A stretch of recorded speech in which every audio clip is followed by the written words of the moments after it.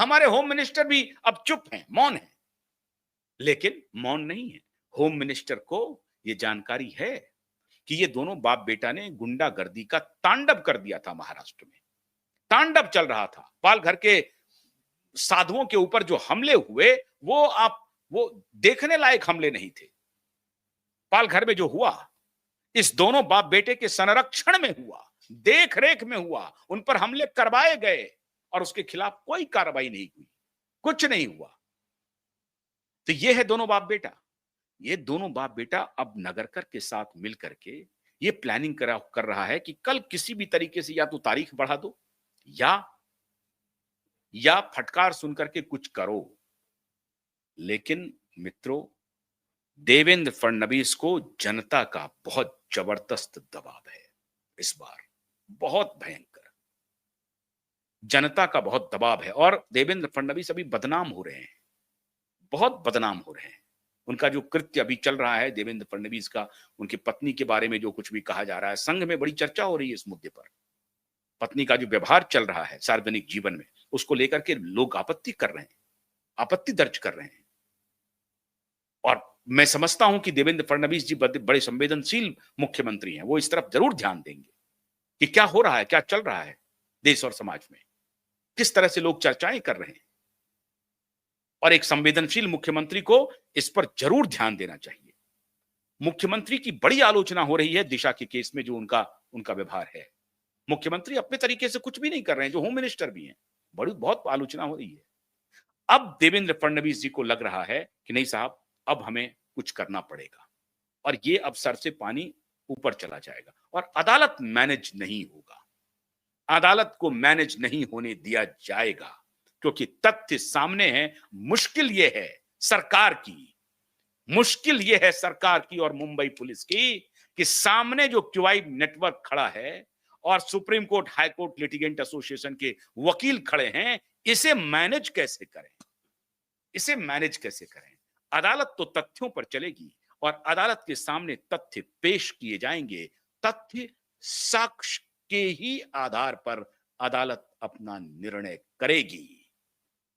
बस उनके बस में एक ही बात है कि मार्च से लेकर के सितंबर तक खींच लो और एक साल खींच लो, खींचो खींचो खींचो, खींच सकते हो, बस इतना ही कर सकते हो। तथ्य और साक्ष्य से परे जाकर के कोई फैसला अदालत दे नहीं सकती और अदालत को मजबूर कर देंगे तथ्य और साक्ष्य के ऊपर फैसला देने के लिए। और हमें पूरा भरोसा है कि अदालत करेगी।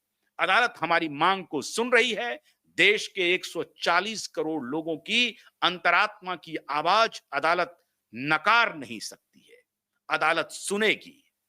और अभी तक तो मित्रों यही है, खबर यही है कि कल सुनवाई होगी। बाप बेटे और नगरकर की पूरी प्लानिंग फेल हो चुकी है। नगरकर को अपीयर होना ही पड़ेगा। अगर नगरकर अपीयर नहीं हुए तो नगरकर के खिलाफ भी प्रोसिक्यूशन हमारे वकीलों ने ऑलरेडी मांग रखा है। सब कुछ होगा, चिंता नहीं कीजिए। न्याय की लड़ाई थोड़ी लंबी चलती है और वो भी तब इन रसूखदारों से जब आप सामने खड़े होते हैं। अभी तो रिया चक्रवर्ती का भी चैप्टर शुरू होना है, अभी क्यों चिंता करते हैं? अभी रिया चक्रवर्ती का चैप्टर शुरू होना है। अभी रिया चक्रवर्ती चारों तरफ अपने बॉयफ्रेंड को समझा रही है, मैं तो अब क्लीन चिट मिल गई, ये है वो है, मीडिया ने हमको ये कर दिया था, वो कर दिया था, मीडिया वालों से क्लीन चिट दिलवा रही है। देते रहो। अभी उसी केस में, जिस केस में तुम्हें लग रहा है, उन्हीं पंक्तियों के बीच से, उन्हीं वाक्यांशों के बीच से, उन्हीं सेंटेंसेस के बीच से शब्द निकाले जाएंगे और उन्हीं शब्दों के आधार पर रिया चक्रवर्ती आपको जेल भेजा जाएगा। जिन वाक्यांशों, जिन सेंटेंसेज, जिन शब्दों के आधार पर आप ये दावा कर रही हैं कि आपको क्लीन चिट मिल गया है, उन्हीं शब्दों के आधार पर आप जेल जाने की तैयारी शुरू कीजिए। बकरे की अम्मा कब तक खैर मनाएगी?